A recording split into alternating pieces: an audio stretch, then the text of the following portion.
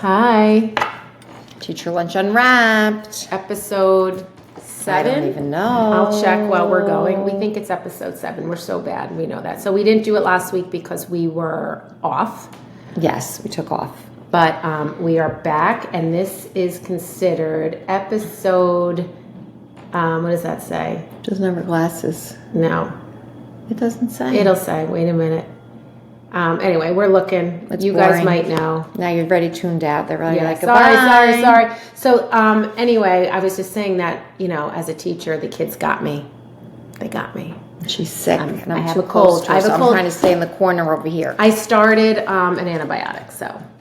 All right. I antibiotic myself because I had one left over. So that's what you should see our setup. You guys would laugh so hard. This is like we just really want someone to find us for this because we love podcasting. But can you just we need a studio. We need like the real thing. I mean, we're on my dining room table. We have lights, camera, action. We don't know what we're doing. But I did think of a topic. Good. My topic was Sunday dinners.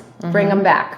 Oh, definitely. And I think if I go back to when I was little, right? My whole family's from the Bronx, from Arthur Avenue. So literally every Sunday, you went to church because you had CCD. You got in the car and you went to your grandmother's all day, and you sat there all day long. All day. I live next door to my grandmother, so I just went there and I stayed there all day. And all if you weren't there, you were in trouble. But you didn't even think not to be. I mean, it was just you were going to go, and think about it. As a mother, you left your house all day. And you didn't come home until dark. Think about leaving your house all day now. We get anxiety, right? We have this to do, that to do. We got to put things away. We got to drive. So I'm trying to think, and I'm driving here thinking like, well, what was different? What was different from my mother? My mother was busy. She was a stay-home, but she was busy. You make yourself busy. But I think a lot of it is that we are so vain. I know that sounds crazy, but I honestly think I'm going for a facial later. We got our hair colored. We do our Botox. We do this. We do that. We do this. We do that to take care of ourselves the way we look. So you think about it. You keep yourself busy doing all of this for your kids. And when a Sunday comes, the last thing you want to do is leave your house all day because you've been gone all the time doing so much shit. My mother did nothing like that for herself except her hair. Well, my aunt was salon. Well, she had dentists. My godfather did her hair. He would she got her hair done. Yeah, he would always come over, or she'd go to salon dentist and get her hair done.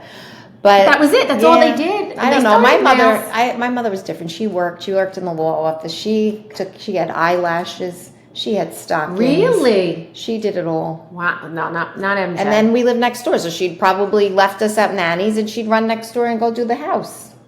So you know what I'm saying? She would go do the laundry, do our stuff that on was Sunday. next door. So I that had was a different situation. Yeah, no. I mean, we sat around a table all day. Like my mother, my aunt, just all day. And we would alternate. Grandma Ferrante, Grandma Ebby. Grandma Ferrante, Grandma Ebby. And my father owned like a place there, whether it was a restaurant or a bookie place, whatever you want to call it. But he was there too, but he wasn't always in the house, right? He was at working, or we'd have to run to the avenue, run to where he was, and then we'd go back. My cousin Felicia was right on the avenue. So you literally sat around. For me to do that, it would give you anxiety. I would love that. I really want to bring it back. My cousin still does it. But my cousin's Italian, her husband's Italian, they're Sicilian. And who comes? Well, because they live my aunt lives downstairs in her house, so they're together. Okay. Then she has the two sons. One's married, one has a girlfriend. They come. And then her husband's family lives on the block. I mean, they passed away, but they would come. His mother and father would come every Sunday, and they sat and they did that. That's why my Christmas Eve is the way it is. It's with them. I know. My cousins, there's not many of us left. So it's my sister, myself. We don't talk to my brother, my cousin Peter, my cousin Felicia. And we say, we have to text each other, what's a good Sunday? And when we get together, we have the best time of our lives. We get together, it'll come at 2 o'clock. We eat macaronis and stuff. We don't make the meat. We used to do macaroni and then meat. Did you do that? Mm-hmm. Like a roast? Yes, okay.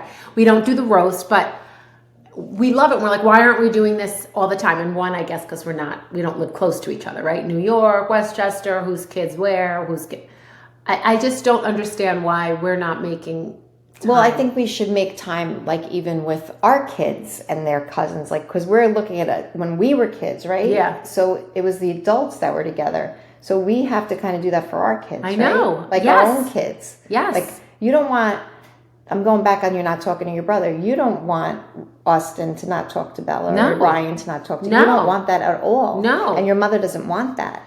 No, but so that's why we have to fix that. So if you're listening, we need to fix it. We need to fix that. You know what's scary is that my father stopped talking to his mother because of money. It's always money. Okay, and so therefore he didn't talk to his sister, who had a daughter, Elaine, who my sister and I were so close with.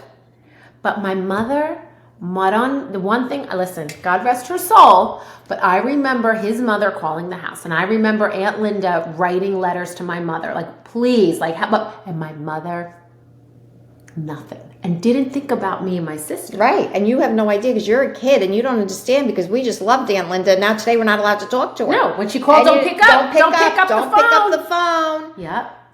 Yeah. And that's wrong. So wrong. And now with my brother, he has 3 children. That your son loves. That my son, first of all, my brother is my older son's twin. So my father, Robert, Austin, triplets. And it's sad. And it happens, right? Especially a boy, I guess. I'm sure a lot of families have it.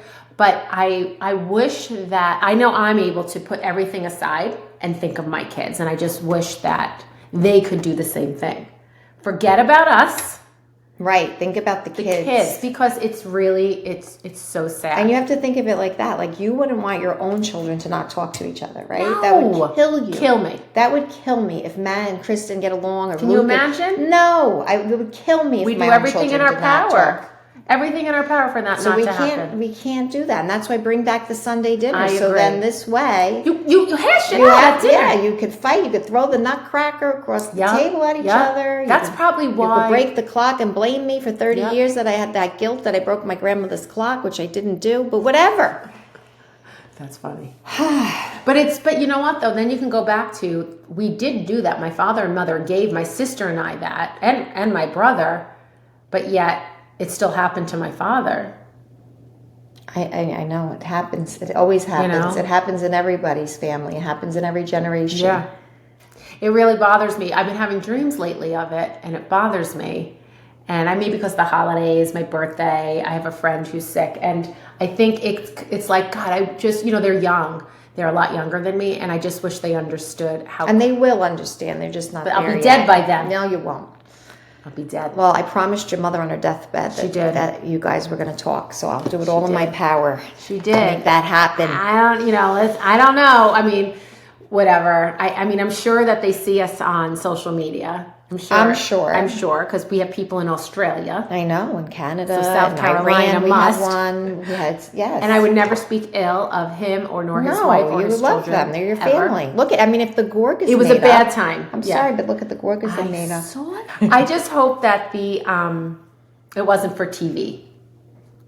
It would upset. It was BravoCon. I don't think Teresa would do it for TV. She's too thick-headed and stubborn. Okay. She would never do something. I think the husband may have had something to do with it, probably because he's in dire straits and needs money. That's what I was thinking. I hope that's not it either. I don't know. I mean, I saw them all on social media, how they were together, and it looked like they were working on it, right? It didn't look like they were all great and stuff, which I trust. You can't trust, right? In God I trust. But for the kids. I'm glad that they're doing it. Right? Those cousins, they were close. And it's not easy on, I'll say Melissa Gorga. I don't know her whatsoever, but she's got a very close family. And you always think your family is better than the other family. Right. Always. I love my in-law. I love my sister-in-laws to death. I do. But when I was younger, dating my husband. Right, your family my came family first. was. And now I feel the opposite. I think I'm. You don't even think of that. I don't know. I think I'm closer to my husband's family than my own. Michael just texted me from Puerto Rico. He's surfing. He doesn't text his brother. He texts me. Look at this. I'm surfing. You guys have a close relationship. We do have a very close nice relationship. But that's the same with my husband's little sister. Very close with her. Like close. More of my best friend than my sister-in-law in some way. I could tell her anything. She's a wackadoo, and I love her. Who's not? So I don't know. I don't know. I just feel like I get sad with the Sunday dinners gone because they were epic. They were. I mean, all of your memories. Think of all your core memories. All there. And every time we do one of these Italian skits, it jogs somebody's memory because 100%. that nut bowl was there, the fanook was there, the house dress, the whispering, the talking with half the hand, talking, half stopping, and then being nice to somebody's face, talking behind their back. And as a kid, you didn't know. Like I remember my mother said something very mean about somebody, and I didn't know I couldn't say it, and I said it right to her face. Sure, you did. I said, my mother said, "Shut up, blah blah blah." Oh my! Can't say it because the person might watch. Oh my God! And I think my mother wanted to die. Sure. Because when your mom said that she wasn't being mean and she wasn't hating her and never going to see them again. Like they talked about everybody, but it wasn't like today people talking about people. No, it was different. It's Italian gossip. And no matter what, it's your family and that's it. Your family is your family and you'll do anything for that family. So I might tell my sister to F off and this, in the next sentence, that's your sister. You're fine. That's your sister. Don't mess with my sister. Right. Don't ever mess with my sister. Like you know, even my brother who I don't speak to. If I knew something, I would be like, don't mess with him. Like you just are protective of your family. Because I took a psychology class once and it explained it so well. It's your identity. Yeah. So it's when you can say, like, you can talk about your mother, you can talk about your father, you can talk about your brother, because it's like you're talking about yourself. Sure. But if somebody else does it, it's like they told you yourself to go F off. True. It's your identity. You identify through your family members. It's part of you. Yeah. So you don't want to totally see that. Even with my immediate, right? Your own kids. I mean, obviously your own kids, you're going to jump in front of a train. That's just what we do. But there's a difference between my own kids and my family. My sister, my cousins. There's a difference. I can't explain it. It's not a different kind of love. It's just different. It's like the mother bear protector. Yes, I don't know. Like you're a mother bear protector for my kids. Like listen, when kids are. But I think my kids, call them out on their stupid shit. Of course we do, but I don't want somebody else calling them out. But with your, I guess I don't know. We are so Italian, and I don't want to ever lose that. And I feel like we could be losing that to like today. Like everybody wants to be fancy. And we all want this fancy. We all want that fancy. We all want to do this and that, including myself. And I feel like a true Italian mother, like MJ before she, I can't, well, MJ always thought she was fancy pants, but she wasn't. She was still an Italian. But my grandmother was the Italian. Like we lost that. Like those people who didn't care what they looked like. They wore their house dress. Yeah, but my nan always cared though. My father's mother cared. She had so many clothes. I remember my grandfather would be like, "Oh my God, you don't need it. I'm Sam. I got nothing to wear." She always said she had nothing to wear. She was always dressed, always had her nails done, always had her hair done. Whose mother? This is my father's mother. My mother's Irish. You got to remember that. Yeah. Even though my mother's Italian, she's not Italian. She's Irish. Right. Even though she acts Italian. Right. Yeah, my dad's mom, Abby, was fancy pants. I should get pictures. I mean, like. Fancy. What does Abby stand for? Her name was Vera. We called her Grandma Abby. I don't know why. Oh. Her name was Vera, Elvira. My grandfather called her Vera, but we called her Ebby. Everybody called her Ebby. Like if you see Rosie, it was Ebby. And I don't know. He was Dindy. His real name wasn't Gaetano. That's because my uncle. I can't remember his real name, but we called him Grandpa Dindy. It was Dindy. When did he die? How old was he? He died when I was 15. So I remember he just dropped out of a heart attack. I remember your other grandma. That's your mother's mother, Grandma. Yes. Now, Grandma Ferrante was an old school grandma. Yeah. Never. She sewed. Remember she made the curtains she didn't. She didn't care what she looked like. Like she was. She looked like she was 80 when she was 40. Like that's how she looked, right? Yeah. My Aunt Sue, Aunt Mary, those were the old school. Felicia's mother. Mm-hmm. They had the hair up here. Remember with the salon dentist. Salon dentist. We should find some old pictures of our families and show them because they're real Italian. Well, who's Italian? My father. Okay. I grew up with my Italian grandparents next door. My mother was Irish. She married. So how? This is actually an interesting story. So my mother is one of 8 children. Okay. Grew up here in this town where I grew up. In this town where I live now. My mother grew up here. They were poor, though. They were Irish poor. My grandfather was from Ireland. My grandmother, she had 8 kids. My mother my mother's sister, Kay, was getting married to an Italian, Richie. Got it. That's my father's cousin. So my father's in the wedding party. My mother's in the wedding party. Then the other cousin, Vic, is in the wedding party. My mother's other sister, Annie's in the wedding party. So 3 sisters, 3 cousins. Oh, wow. So they partner up. My mother says, I want to partner up with that guy, my father. And the cousin Peggy goes, no, I want that guy. No. And my mother said, no, I want to partner with him. So my Aunt Kay said, Mary, you get Babe. They called him Babe because there was a million Anthonys. He was the youngest. And then my Aunt Annie goes, I like that guy, Vic. So she partnered up with Vic.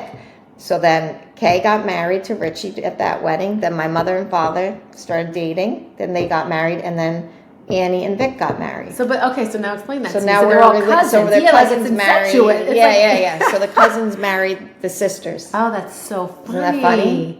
That's funny. Yeah, and all Italians. So all they Italians. All okay, Italian. I see. And then my other aunt, Ruth, she's the youngest one. She married an Italian. So the sisters were always close. So we all hung around with these Italian people all the time. So like on my side, my father's side is Italian. Those are all my Italian relatives. But my mother's side also has Italian relatives because they all married Italians. Got it. You got it? And Italians are strong. Like our traditions are strong. So if you married into an Italian family, you become Italian. It's hard not to. I was just all Italian all around me.